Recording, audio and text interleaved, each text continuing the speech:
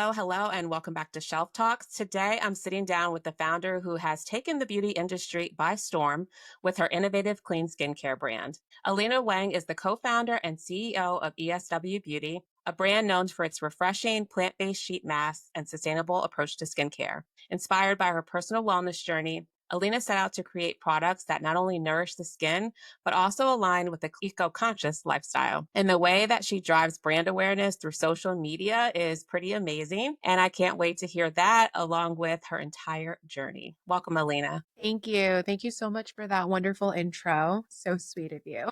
Yeah, no, definitely. I'm really excited to hear about your journey. So let's kind of dive in. Yeah, of course. So, what did your life look like before thinking about starting a brand? Wow, what a good question. I started the company when I took a year off from school. So I was in between junior and senior year of college. Growing up, I was working for my family business. They had a K beauty distribution company. So I actually started my career when I was 16. So for about 5 to 6 years, I was working for them and I was able to try out a lot of different skincare products, everything, all types of skincare and makeup, even. And I fell in love with sheet masks. I love how easy they were and how my skin felt after using them.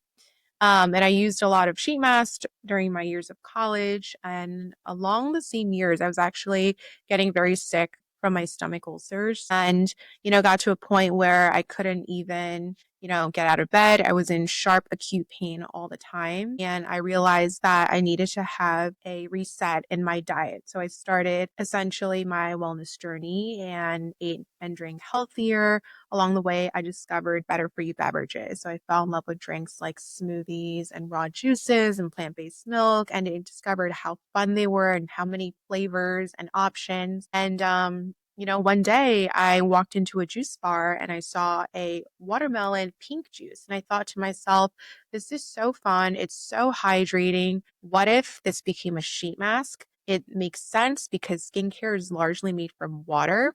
And so I had the epiphany to start the idea. I took a year off because I was sick. And then the second half of the year, I decided, you know what? Well, I feel better now. Let's just start a business. That's the girl in me. And that's how it started. Wow. So before you walked in and saw that smoothie that kind of sparked the idea, had you wanted to be an entrepreneur before? I know you worked in your family business. Was that something that was already part of your journey, or did that Yes. change the trajectory? In my core, I always knew I wanted to be an entrepreneur. I don't know where it came from, but in my core, in my gut, I mean, since like middle school, I've seen my mom run businesses and it really inspired me. That realization got reaffirmed when I did a internship. I was I actually work for MathWorks, so it was someone like SaaS platforms, and I realized that I hated corporate. I could not do the same thing every single day in and day out. I didn't just want to be a cog, in a big machine. I wanted to create the machine myself and lead with my vision and be creative. And I decided, you know what, when I had that moment, this is the time to pull the trigger. Yeah. So what did next steps look like after you said, this is what I want to start? I took out a bank loan. So, first thing is idea, and second is how do I fund it? And then, of course, writing a thorough business plan. I took a $25,000 bank loan and I worked with my co founder, who actually has a background in biochemistry. He was on his way to medical school. Very, very smart guy, nearly like full score on his MCATs. And we decided, let's do this together. We made samples. We then went to a trade show. My first show was Cosmoprof 2019, and that foreshadowed my entire journey because trade shows have been essential to my success. I received a lot of interest and got a $100,000 PO as a result from that trade show from Kohl's. And I launched in, I think, January of 2020. And I continued the business from there. Wow. Okay. So first of all, how did you get your co-founder to literally change his direction? He actually was my boyfriend at the time. Okay. Yep. Yeah. So we were together. And actually we worked for my mom together. He had a break in between college and when you start med school. And we decided, you know what, instead of doing what he was going to do and me going out and finding a job in corporate, let's put our minds together because I think both in our core we knew that we're meant to do something. Our relationship didn't work out, but in the personal world, in the personal sense, but we are incredible business partners. So we did break up a little bit into 2020, but we're best friends and we just work the best. So fun fact of the day there. Yeah, I love that. That's great. And then who told you that a trade show could be the best option for you to kind of start and you launch your business? So when I started, I already knew that was going to be the first thing that I did. I think one, coming from working and assisting my mom at trade shows. And then two, I did a lot of research and observed a lot of these brands and founders before I started my company. So I already knew I wanted to start a business actually when I was 16 and started working for my mom. And so I followed a lot of people on social media. I really paid attention to what makes a brand successful. How do you become successful in that first year? That's very important because, I mean, they're pretty high stats of companies that fail within the first 3 years. Right. What can you do with the least amount of investment with the most amount of results, the ROI? So I realized that for me, I was not going to be a D2C brand right off the bat. I was going to be a brand that worked with retailers and prioritize wholesale. And you meet the most amount of buyers in one place at a trade show. So that's what I decided as my first move. Yeah. I love that and that you had such a clear strategy on how you wanted to initially go to market. As you were identifying the products that you wanted to kind of launch with, how did that come to fruition and what did the time look like in making sure that you got exactly what you were looking for from a final product standpoint? Yeah. So I think that aha moment was at the juice bar. I knew I wanted to create something fun and combine the two ideas and my passions together. So then from there, I created a first line. I had a vision and I worked with a graphic designer at the time who helped me create this vision. And I thought, you know what, I wanted it to be a very clean product that's very important, vegan, cruelty free, and that was made with a sustainable fabric. So I chose a biodegradable mesh fabric. Later on, we did update it to a compostable fabric in 2022, but at that time it was biodegradable. And then, we researched and found a lot of different manufacturers in Korea. And then from there, pitched to them. It was very tough, but we were able to negotiate down 5 to 6 digit MOQs to a few hundred and made the samples and then brought it to Cosmoprof. Were your first samples exactly what you were looking for? No. The formula was great. The formula was down, but the packaging needed some updates. And actually, we had to rebrand because we had a trademark issue. At first, the brand name was Elina Skin. Right. So funny. But we actually found out that there was another brand on the market that had a similar name, but not exactly. And I think that was the first time we realized, okay, first battle, basically. And then we researched and thought about what we wanted to name it, and we decided to call it ESW Beauty instead. I think it had a really fun ring to it. And ESW, my initials, I knew the brand was always going to be a very personal one. And so that's how we moved forward. No, that's great. So Kohl's was your first retailer that you launched in? Yes, this was before there was Sephora and Kohl's. Got it. Okay. So you met them at the trade show Yep. and kind of presented. Was that the final presentation? Did you have a formal presentation after that initial contact? Yeah, so it was the first time we met them, met their team, and afterwards, the typical process, you exchange business cards, you do the follow-up, email them, send over pricing and a brand deck. And we hopped on a call. We spoke multiple times, exchanged a lot of emails, agreed on pricing, agreed on timeline. So it does take a while. So it wasn't that easy. It did not get the PO at the show. And then over the span of, I think, like 5, 6 months, we were able to lock in the deal and then launch in January. What do you think made them get excited about your brand, seeing you at the show, especially since that was your first time? It's nothing that they've seen before. That's what they told me. And that's why that's what I do with the brand. I create products that people don't ever see, or they're very surprised, but it's actually a very simple concept. I think the packaging is the first thing. It jumps at you. The ingredients are very clear. I think the shape, the bottle design, it was all very thought out, the detail that we put into it. And then from there, they tried the products and they love how their skin felt. The Pink Dream is very hydrating. Deep Detox is great for pore control. And from there, they probably thought to themselves, if they loved it that much, then it's a product they're confident that their customers would like too. Yeah.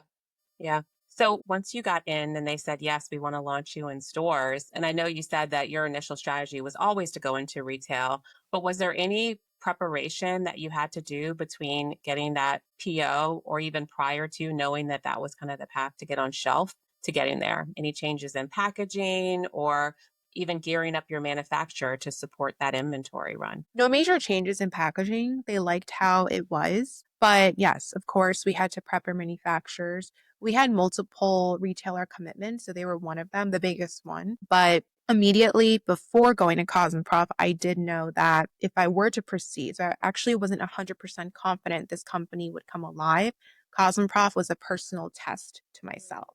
But I knew that if I were to continue, I would need to place orders right off the bat with our manufacturers. And they have MOQ commitment. So after the few hundred, the next tier up, if we were to go forward, would be their standard, 5 digits per SKU, 5 figures per SKU. And, we made the order and we proceeded. How many SKUs did you launch with initially? 5 singles, and I had a box. Kohl's took the box set. Got it. So as you were kind of gearing up to Cosmoprov and getting into stores, did you already start kind of the brand awareness through social? I did. Very small, but yes, I had social media accounts, and we had no marketing budget at all. We made the accounts. I took some photos, and I thought to myself, well, the next thing I need to do is probably do a photo shoot after this trade show because people want images and graphics and model photos. It's all common sense today. We have it down pat when we launch a new product line, but back in the day, I had some things figured out, but a lot of things I had to keep teaching myself. And a photo shoot was one when I realized these retailers asked for photos and I didn't have any. So I actually had a friend that I grew up with in high school and she just graduated and she did, I think she was in media. She was also looking for a job at the time and I was talking to her about it and she said, well, let me help you, and let me help you run this photo shoot together. And I'm like, okay. So we did it very scrappy. We found photographers online and we booked, I think, like one hotel room. And then I found some friends who were willing to do it for free. They were beautiful girls. I even asked my brother, do you have some friends? And we made this shoot come alive. Very, very small budget, got some nice, clear photos. And that was my next step with branding. And then, of course, we posted those photos on social media. I love that, like just being scrappy and figuring out a way to get what you need with little spin. It made me think about even your photos today, how they're just, in the moment, in the life, kind of like incorporating your products with kind of everyday fun and normal life. Yeah, we've definitely evolved since then. We really take our photo shoots to the next level now. Still very scrappy. I think that's very important with anything that we do. Of course, your budget will grow over time, and it has since 5 years ago, but you have to be very smart with your spending. And today we have three main categories. We have product shoots, we have model shoots, and then lifestyle shoots. So product shoots are where we take nice photos of the products in, with an ingredient focus, with a more fun, like lifestyle focus. And then models, we work with professional models who will show clear scan photos. They'll hold the products, they'll wear the products. Those are very high res, high definite photos. And then from there, we have our lifestyle shoots, which are the most fun. And sometimes I'm in them. That's something that I've been doing a little bit more in the past year. And I think, those are great photos because it shows our community, how you can use them and the products in a more, artsy format. And yeah, you can see it all on our social media. It's very beautiful and well done. Yeah, definitely. And I love that too. You have the education piece, you have the fun and how to incorporate it in your life. And it just looks like a fun brand to engage with. So Knowing that you were getting ready to launch into Kohl's, how did you gear up marketing and brand awareness to get consumers excited to come and shop Kohl's once it launched in stores? Yeah, to be honest, I didn't do as much as I would have done today. A lot of it was not realizing how important sell through was. I just focused on sell in. That was a big lesson from over the years of turning a sell in into consistent sales. Of course, I announced on our Instagram and there wasn't even TikTok at that time, but that was really it. And we really hope that customers bought the products. But it's really funny. It's a very inaccurate way of doing things. And, the climate was also different because it was right before COVID. So we launched in January and then COVID happened in March. And I think everyone was scrambling just to figure it out at that time. It was very tough for us because we just became a brand and we put everything in. So navigating that entire journey was a track. But with Kohl's needing to close their stores too, I think they were also trying to figure it out. And I think that next chapter was one that lasted about 1 year where the stores were closed, our POs got canceled. We need to rethink another strategy. So, what did that strategy look like? So we started working with a lot of box companies, gifting companies. I think that was a big thing at the time where you would send gift boxes to your friends and family. It wasn't, dramatic and it wasn't a huge increase in revenue, but it kept just going. Right. And it was very beneficial that the only two people that were on payroll was my co-founder and I, and we didn't even get paid. So we had no expenses, to be honest. Of course, we had to store the products and we just went slow and steady. But I think part of that was good because we, didn't have huge expenses. But at the same time, I felt if we didn't have that 1 year, we could have been a lot further along than where we are now. Yeah. When you did launch in January for those first couple of months, what did sales look like in Kohl's? Were they getting excited about the results? Was it kind of slow based on just gearing up the marketing awareness and drive to store? To be honest, I think it was pretty slow. If I were to do this launch again, I would apply a completely different strategy and put in a much stronger strategy. I would love to, have every single thing I do become a success story, but life doesn't work like that. And so we launched and it was great and it kept us going, but it was a little slower. I think if I were to redo the entire launch again, I would not sell a set. I would sell individual masks because the packaging and the really fun, unique element of the brand is from the individual products. And then I would, of course, do more brand awareness, launch Full Force on social media and, do email campaigns, build in a store locator to our website, and then put more energy on brand awareness in general and not just say Kohl's, but really getting the name out there. And then, of course, you can say if you like the product, go find it at Kohl's. Yeah. Yeah. So during that time of COVID where, Kohl's stores were closed, you pivoted to gifting and opportunities to drive your product and awareness through that. Were there times of challenge where you felt, is this the right thing based on, not being in retail, kind of your initial goal? Or what kind of kept you propelled and moving forward during that time of kind of uncertainty from a world perspective, not just a brand? I think it was working on a lot of opportunities that would come to fruition when stores opened again. I think that hope and doing a lot behind the scenes, we didn't execute a lot, in the public eye, but we were working on a lot behind the scenes, my co-founder and I. It was tough. Honestly, it was very, very tough because, we had just broken up and we're co-founders and we had to figure it out. It was fresh. Stores were pulling POs and we put everything into this one company. Plus I had to figure out finishing my last year of school. So it was a lot at one time, but I think that struggle and that experience really taught me a lot, build character and helped me realize if I can handle that, then I can handle anything else. The very exciting deal that I was working on behind the scenes was my Whole Foods Market launch. And so that was our big break. We launched in 50% of the stores, which is great for a new brand, about 250 stores in Whole Foods. And we launched our raw juice mask line. And I think that was so exciting when it finally happened in July of 2021. It really shined a light for us and helped us continue to move forward. So Whole Foods, how was your approach different launching in Whole Foods versus Kohl's? And what learnings did you take away, to make sure that this was even a better launch than prior? Definitely. I had a stronger Instagram and TikTok built at that time. We really used that 1 year to grow our community, build brand awareness and product awareness. And so when we launched, we made sure to announce and do a lot of content, a lot of fun videos. We would go into stores and make content. And then I also think with the product fit in store, that was a big part that was different. We sold our individual masks. We were in a beautiful mask wall display with some other brands. So when people walked up to that display, they know what your product is versus us being just in a set in a beauty section. And I think our packaging fits the Whole Foods demographic very well. They are juice bottles inspired by different healthy raw juices. You'll pick up a green juice in the juice bar area, and then you will then go and buy a green juice inspired mask. So I think strategy, the product market fit was important, and us growing as a brand and building more awareness was a big part of it. Yeah.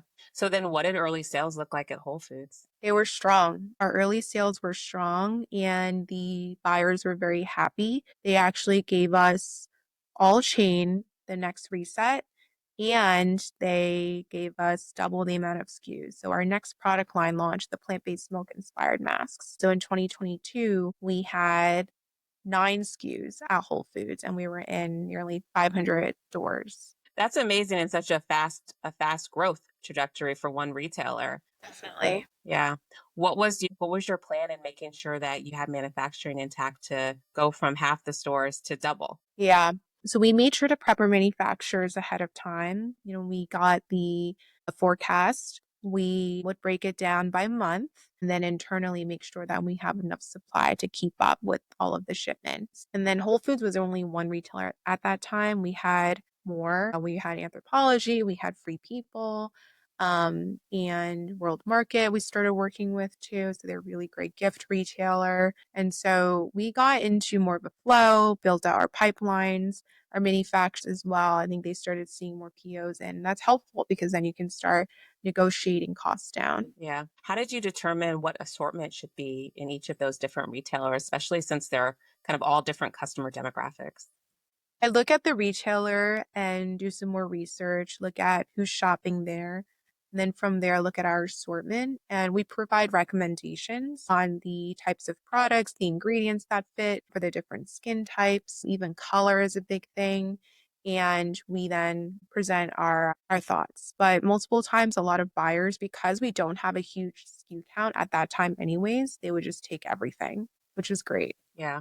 What were the things in your pitch deck that you thought were important to relay to the buyers as you were presenting the brand? Brand story is very important. So buyers can understand your brand right away. From there, we break out our philosophy. I think them knowing the core values that we have for all of our products, the ingredients they include, they don't include. And then from there, we have a section for every product line. And then we tell the story, we show the product images, how the models use them, what makes them different. We talk about their sustainability. And then at the end, we highlight our marketing efforts, the other retailers that we're in, so buyers can see which stores we're in. And that also might help show them, we're a good fit. I think a lot of them want to make sure that you are a brand that can handle the supply, the demand, and you understand how to work with larger retailers. And that generally is my outline. Yeah. Was there anything surprising to you once you did get into retail stores that you had no clue was part of the, partnership? How much you have to spend. People think that launching in retail is a very simple transaction. They buy and you sell and you get paid. It's not. It's very complex. There's a lot more to it. There are things like slotting fees where retailers basically tell you, well, let me buy your product, but if I were to give you the shelf space, you have to pay for the shelf space. In addition, you have to pay for, the first 3 units that get sold for every single store. Every retailer has a different strategy in terms of what you have to pay to get in, but you definitely have to plan ahead and know that launching in a store is an investment. That also at the same time, there are things called payment terms where you wait X amount of days, and it could range from 30, 60. Recently, a lot of stores are now at the 90 mark until you get paid. Yeah, that's a big one that people don't really know until you're actually in. It's a great lesson to learn, but hopefully if they hear this episode, they'll be ready. Yeah, that's definitely the goal. How did you determine what your retail should be on shelf? Yep. So that comes from when we first launched. When we first launched, writing the business plan, we had to identify who is our target market. What stores do we want to sell in? And then from there, we look at their sheet mask category. What are other brands selling at? Where do we see ourselves growing? And so that's how we decided we wanted to be at the $6 per unit mark. It's actually interesting because this past year I updated it to become $4.99. And I really thought through why. I think when we first launched, our demographic was a little older, but I think it was targeting, families who had a higher income. But I think since I launched until today, we can see that the economy is not where it used to be, and that a lot of people no longer have jobs and that they might not be able to have as much discretionary income. And so, a couple of years ago or even last year, a lot of brands they raise prices due to inflation and their own cost of goods growing. But for me, I have good margins, very luckily, but I did not want to become a brand that raised prices. Instead, I decreased prices because I wanted to make sure that my community can afford it, one, and then two, they were getting a little younger. And as we're growing the brand and we have more products, we really establish our target market. And these girls may not have as much income. So I think making sure that they feel comfortable and that they know they don't need to make a decision between the pink dream and strawberries and cream and that they're comfortably able to pick up both was very important to me. And so that and making it more accessible and partnering with various retailers was a major reason why I change my pricing. That's actually a really bold move because typically, even lowering your retail, like you said, the brand is the one that loses out from a cost perspective, right? Where the retailer is still holding the initial cost that you aligned and partnered with. So to be able to give that to your consumers, knowing that in the end the goal is that of course you're going to sell more units, is something that I don't think a lot of brands do, right? Because it's all about maximizing margins. And I love how you thought about the end result of the consumer and the opportunity for them to kind of add to basket by having a more attractive price point. Exactly. I think really taking care of community and us knowing that we're creating more products. I want them to be able to love the products, feel comfortable in trying them out, and not worrying as much. Of course, it's not major price difference. It's really $1 per unit. But I think that amount does make a difference Yeah. to that when they're in stores. And I think for the company as a whole, if you were to look at numbers, revenue is number one. And then EBITDA is, I don't know, it could be like 1.01 nowadays. It's very high up there. But if we have more volume, even if it's less retail wise or less dollar wise per unit, your overall revenue per year is growing by far. Yeah. I love that. And especially during a time where everybody's raising their prices. Yeah, So exactly. So I know you have a powerhouse of a market. I mean, I think you posted already 4 times today on just your brand social media. But what are the things that you do when it comes to retailers? Are there any special like programs? What would be your recommend even when getting into retail stores to make sure that you're maximizing not only from an external marketing perspective, but internally with their programs? Yeah. It depends on the retailer, but I can talk about, Target, for example. Target is a great partner for us, and we're honestly very grateful to be on shelves. When we first launched, we really put a lot of thought and, work into making sure that everyone knew we were in Target. We actually hosted a launch party in New York City. We invited creators, we invited people in our community, editors to come and celebrate it with us. But you have to be consistent with your marketing. So externally, of course, doing social media. We had a couple of videos that went viral with our team going into stores and making fun content. So that was big. And then now we're starting to do demos in stores. So actually this weekend, our team will be going into some stores to do a demo for our new products, lip treatments that just launched at Target. I think it's very important. We all love the Costco demo. You can sample snacks and bites, and if you like it, you buy it. Same concept. Internally, we work with the retailers and their marketing team and discuss promos. So they have their Target Circle members, which are basically their insider membership program, and they always get discounts, or you have, full brand discounts. There's a lot of different options, and we figure out what makes the most sense. But those are just a couple of things. There's Yeah. endless marketing strategies that we do to ensure that we have a successful sell through with retailers. Are there any that you would prioritize over others? Like, what are the ones that drive, in your opinion, the biggest growth opportunity from a volume? The retailer promos are big. Those are very important to really get down and make sure you're offering the best promos to the consumers in store, but obviously making sure that you have healthy margins at the same time. Yeah. That's very important. And I think just being consistent and being very loud, you are in these stores and making sure that people know over and over again where they can find you. I think those are the two key ones. Yeah. What are customers saying? What are the best customer feedbacks that you've seen for the brand? That they love our products. It improved their skin or improved their lip texture. Lip treatments are now a growing category for me as well. And that they love it so much. It has taken over and become their go-to sheet mask, their go-to lip treatment, and that they're telling all of their friends and family about it. I think if you like a product so much that you're telling your friends and family, that really shows a sign.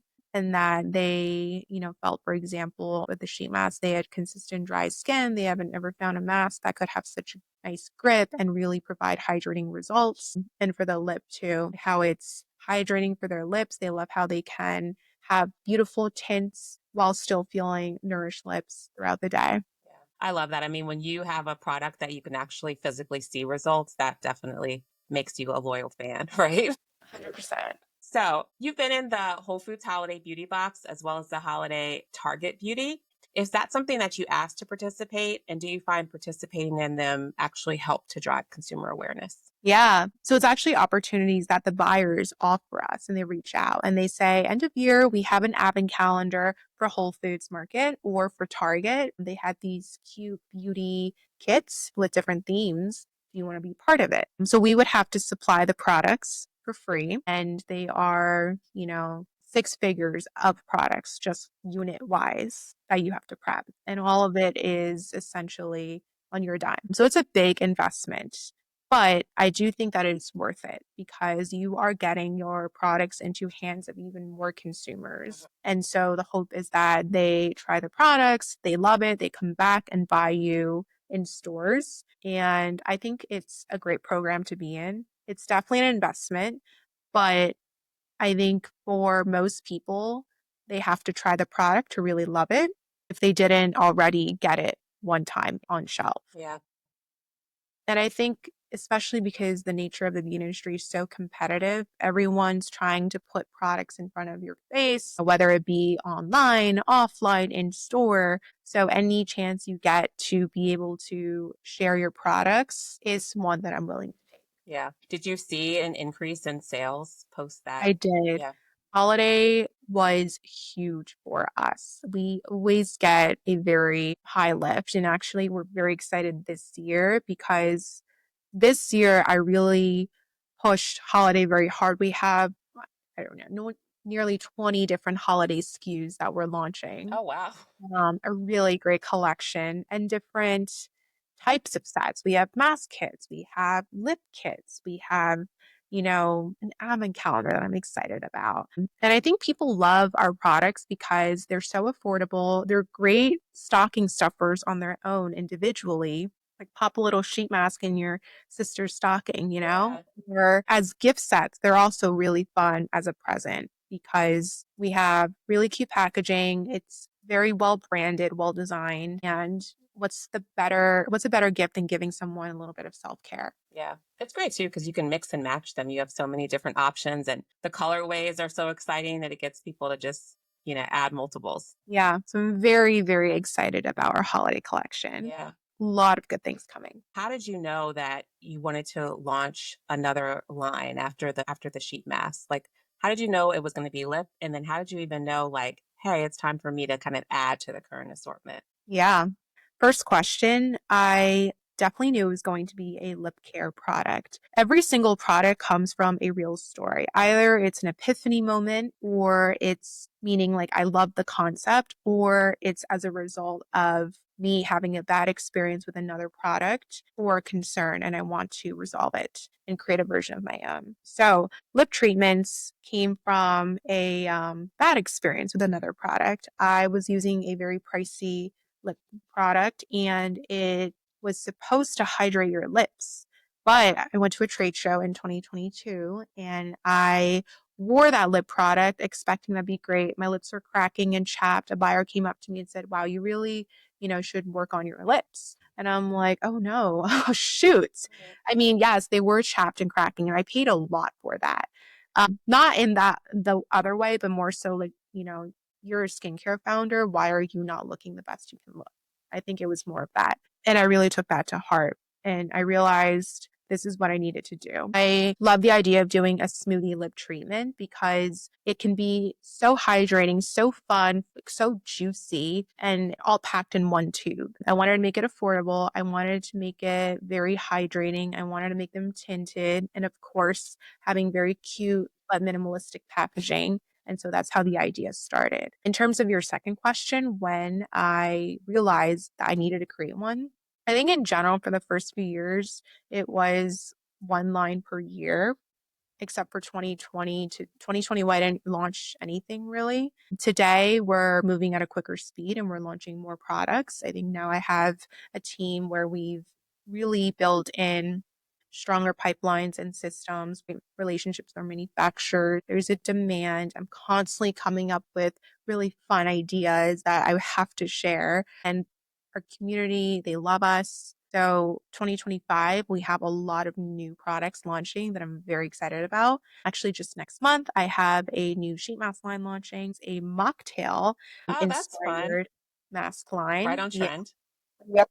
See my back. Let me show you. Cute. Yeah, it says ESW Beauty Mocktails Mocktail Club. Club. So that is launching in April. But in February, we just launched our Berry Kisses lip treatment line. And those are three new flavors of our lip treatments. So we have three, the raspberry acai, the strawberry banana, and cherry tart. So I think before 2024, it was about once a year. And I knew it was about time. And in 2024 and onwards, we're now able to grow and handle, more product lines. Yeah.